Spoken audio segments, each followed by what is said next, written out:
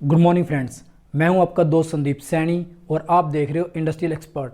दोस्तों, हमारा आज का टॉपिक है एलसी ऑक्सीलेशन। तो दोस्तों, इस सर्किट में हमारे पास एक कैपेसिटर है और दूसरा इंडक्टर है जो आपस में कनेक्ट है। और इस सर्किट में जो चार्ज है Q वो ऑक्सीलेट करेगा, और ऑक्सीलेट क्या है वो आप इस डायग्राम से समझ सकते हो।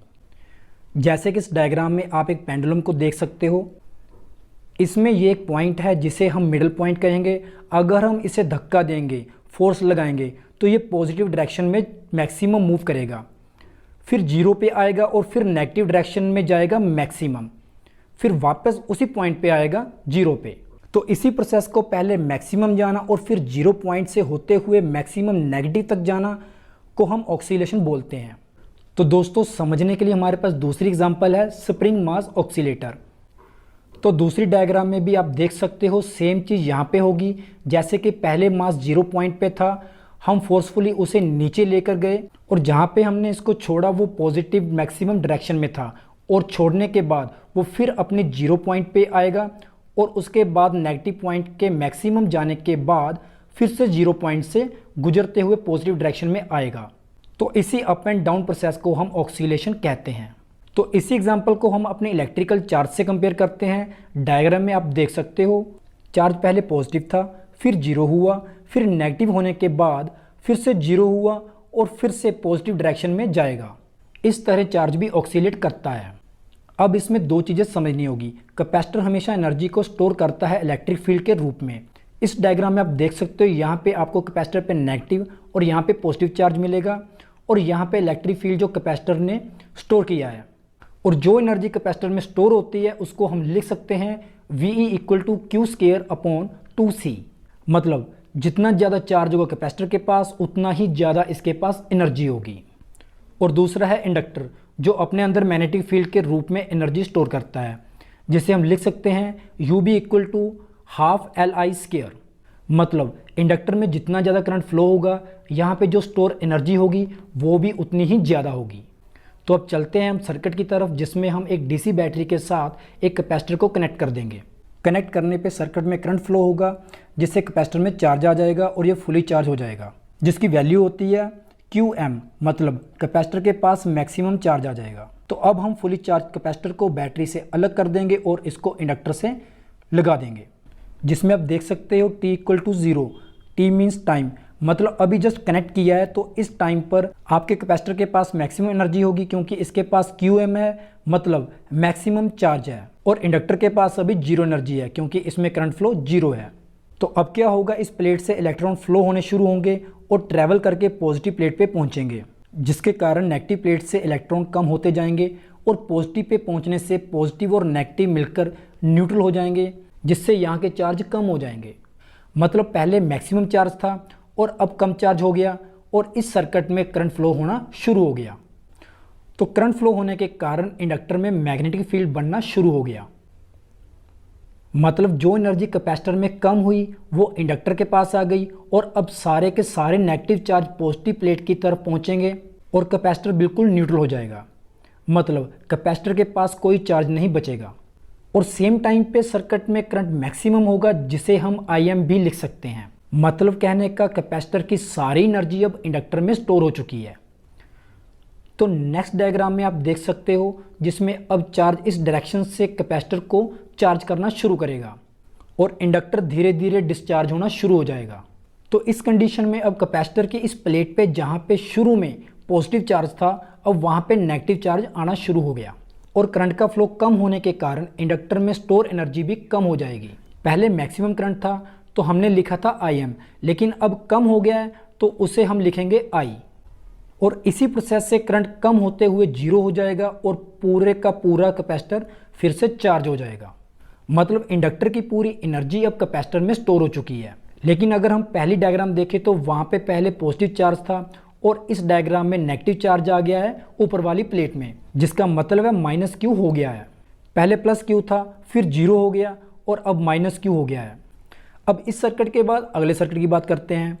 अब नेगेटिव चार्ज ऊपर वाली प्लेट में है, तो इलेक्ट्रॉन इस डायरेक्शन से फ्लो होते हुए पॉजिटिव प्लेट पे आएंगे, तो यहाँ पे फिर से चार्ज कम हो जाएगा, क्योंकि नेगेटिव और पॉजिटिव मिलकर न्यूट्रल हो जाएंगे फिर से, और करंट इस डायरेक्शन में फ्लो होना शुरू होगा। तो इंडक्टर फिर से एनर्जी स्टोर करना शुरू करेगा। जब पूरे इलेक्ट्रॉन यहाँ से मूव होकर पॉजिटिव प्लेट पे आ जाएंगे तो कैपेसिटर फुली डिस्चार्ज हो जाएगा और वो सारी एनर्जी स्टोर हो जाएगी इंडक्टर में और करंट ऑपोजिट डायरेक्शन से फ्लो होना शुरू हो जाएगा, जैसे कि आप इस डायग्राम में देख सकते हो। पहले मैक्सिमम करंट IM इस डायरेक्शन में फ्लो हो रहा था, लेकिन अब इस डायरेक्शन में फ्लो होने लगा था, जिसे हम लिख सकते हैं -IM। कैपेसिटर पर कोई चार्ज नहीं बचा था, तो इस डायग्राम में आप देख सकते हो इंडक्टर फिर से कैपेसिटर को धीरे धीरे चार्ज करना शुरू कर देगा। तो जो इंडक्टर की मैक्सिमम एनर्जी थी वो कैपेसिटर में आ गई और करंट भी मैक्सिमम से कम हो गया और ये करंट धीरे धीरे कम होते हुए 0 हो जाएगा और ये कैपेसिटर फुली चार्ज हो जाएगा। लेकिन अब की बार फिर से जब कैपेसिटर चार्ज होगा तो इसकी पोलैरिटी चेंज हो जाएगी और आप देख सकते हो ये वाला सर्किट और पहले वाला सर्किट बिल्कुल सेम है, मतलब हम जहाँ से चले थे फिर से वहीं पे पहुँच गए, जिसे हम कह सकते हैं हमने एक साइकिल कंप्लीट कर लिया है। तो दोस्तों आपने देखा एक साइकिल में चार्ज चेंज कैसे हो रहा है, मतलब ऑक्सीलेट कैसे हो रहा है। अगर दोबारा से सर्किट को देखें तो +QM, फिर 0, फिर -QM, फिर वापस कम होते हुए 0 हो गया, -QM के बाद 0, फिर बढ़ते बढ़ते मैक्सिमम हो गया +QM। तो अब इस डायग्राम को देखते हैं। पहले +QM था, फिर धीरे धीरे कम होते हुए 0 हो गया, फिर नेगेटिव डायरेक्शन में जाते हुए माइनस में पहुंच गया, -QM मतलब नेगेटिव में मैक्सिमम, फिर 0 हो गया और फिर बढ़ते बढ़ते मैक्सिमम हो गया। इस तरह हमारा चार्ज सर्किट में ऑक्सीलेट करता है। तो अब करंट के बिहेवियर को भी समझते हैं। पहले सर्किट में करंट 0 था, फिर पॉजिटिव डायरेक्शन में करंट बढ़ने लगा और बढ़ते बढ़ते मैक्सिमम पे पहुंच गया, फिर कम होना शुरू हुआ और कम होते हुए 0 हो गया, फिर ऑपोजिट डायरेक्शन में बढ़ने लगा और बढ़ते बढ़ते मैक्सिमम डायरेक्शन में और फिर घटते घटते 0 पर। तो अब सेम रिलेशन आपको करंट के ग्राफ में देखने को मिलेगा, जिसमें करंट पहले 0 था, बढ़ते बढ़ते मैक्सिमम पॉजिटिव डायरेक्शन में, फिर कम होते हुए 0 हो गया और फिर नेगेटिव डायरेक्शन में बढ़ते बढ़ते मैक्सिमम और फिर घटते घटते 0। तो अब देख सकते हो चार्ज की तरह करंट भी सर्किट में ऑक्सीलेट करता है। दोस्तों अब हम इसको समझते हैं मैथमेटिकली, जिसमें हम ये सेकंड वाला सर्किट लेंगे जिसमें कैपेसिटर और इंडक्टर दोनों के पास थोड़ी थोड़ी एनर्जी है। तो डायग्राम में आप देख सकते हो जिसमें कैपेसिटिव को लिख सकते हैं C और इसके पास चार्ज है Q। ये मैक्सिमम चार्ज नहीं है क्योंकि मैक्सिमम को हम लिखते हैं QM और इसके पास करंट भी मैक्सिमम नहीं है, तो इसलिए इसे लिखेंगे I। और यहाँ पे हम इंडक्टर की इंडक्टेंस को लिख लेते हैं L से। तो दोस्तों कैपेसिटर के अक्रॉस वोल्टेज को हम लिख सकते हैं V = Q/C।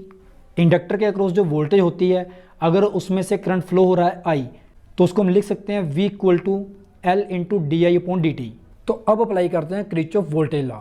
तो हम नीचे से ऊपर जाएंगे नेगेटिव टू पॉजिटिव, तो देखेंगे कैपेसिटर की वोल्टेज बढ़ती है तो हम Q/C के साथ प्लस लगा देंगे और जब इस डायरेक्शन से इंडक्टर पर पहुंचेंगे तो यहाँ पे पॉजिटिव है और यहाँ पे नेगेटिव, मतलब यहाँ पे कम हो रही है, तो हम इक्वेशन में यूज़ करेंगे माइनस और इंडक्टर के क्रॉस जो वोल्टेज होती है वो है L × di/dt।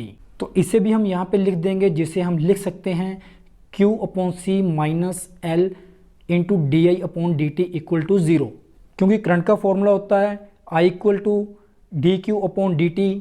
लेकिन हमने पिछली डायग्राम में देखा था चार्ज कम हो रहा था तो करंट बढ़ रहा था, जैसे कि आप इस डायग्राम में देख सकते हो, जिसका मतलब है करंट चार्ज के ऑपोजिट है। तो इसलिए हमने इस इक्वेशन में करंट की वैल्यू के साथ माइनस का निशान लगा दिया है। तो अब यहाँ पे इस वाली इक्वेशन में हम I की वैल्यू पुट कर देंगे तो हमारे पास जो इक्वेशन बन जाएगी Q/C - L × d/dt bracket open -d2/dt bracket close = 0।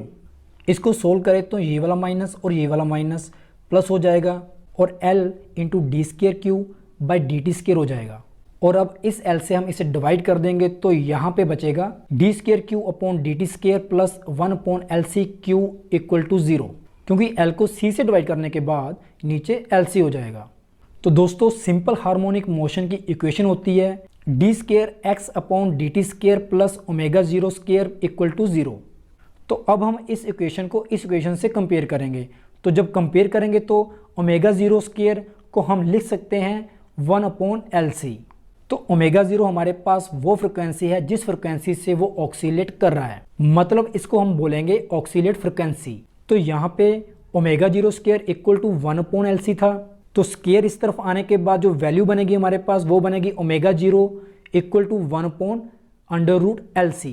तो तो दोस्तों अब तक हमने यहाँ जितनी भी ऑक्सीलेट और उसकी कैलकुलेट की बात की थी वो आइडियल केस की बात कर रहे थे, क्योंकि यहाँ पर हमने पूरे सर्किट में माना था कि कोई लॉस नहीं है और कैपेसिटर और इंडक्टर भी आइडियल हैं, इनमें भी कोई लॉस नहीं है। लेकिन प्रैक्टिकल में ऐसा नहीं होता, क्योंकि इंडक्टर में थोड़ा सा रेजिस्टेंस तो होता ही है, जिसकी वजह से इंडक्टर में कुछ एनर्जी लॉस हो जाती है। मतलब कैपेसिटर के पास जितनी एनर्जी थी वो पूरी इंडक्टर को नहीं मिल पाती, थोड़ी एनर्जी लॉस हो जाती है और बची हुई एनर्जी ही इसमें स्टोर हो पाती है।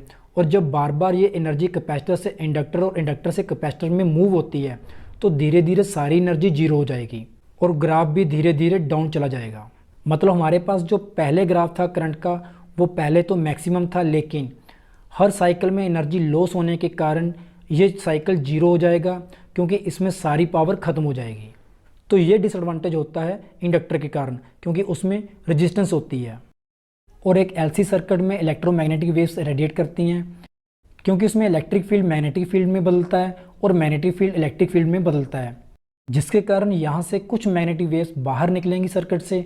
और अगर सर्किट से मैग्नेटिक वेव बाहर निकलेंगी तो वो कुछ एनर्जी बाहर लेकर जाएंगी, जिसके कारण फिर से लॉस हो जाएगा। इसी रीज़न से हमारे पास प्रैक्टिकल केस में जो वेव फॉर्म आती है वो कुछ इस तरह की आती है और फिर जीरो हो जाती है। तो दोस्तों जितनी एनर्जी लॉस में जा रही है और अगर हम उतनी एनर्जी बाहर से दे दें तो इसकी वेव फॉर्म कुछ इस तरह की आएगी जैसे पहले आ रही थी। तो इसको हम ट्रांजिस्टर की हेल्प से कर सकते हैं, जिस प्रोसेस को हम बोलते हैं ट्रांजिस्टर एज ऑन ऑक्सीलेटर। तो उम्मीद है दोस्तों आपको मेरी इस वीडियो से एलसी ऑक्सीलेशन क्या है और ये कैसे काम करता है के बारे में पूरी जानकारी मिल गई होगी। अगर आपको मेरी वीडियो अच्छी लगती है प्लीज़ लाइक एंड शेयर कीजिए और नई वीडियो का नोटिफिकेशन पाने के लिए मेरे चैनल को सब्सक्राइब कीजिए। Thank you.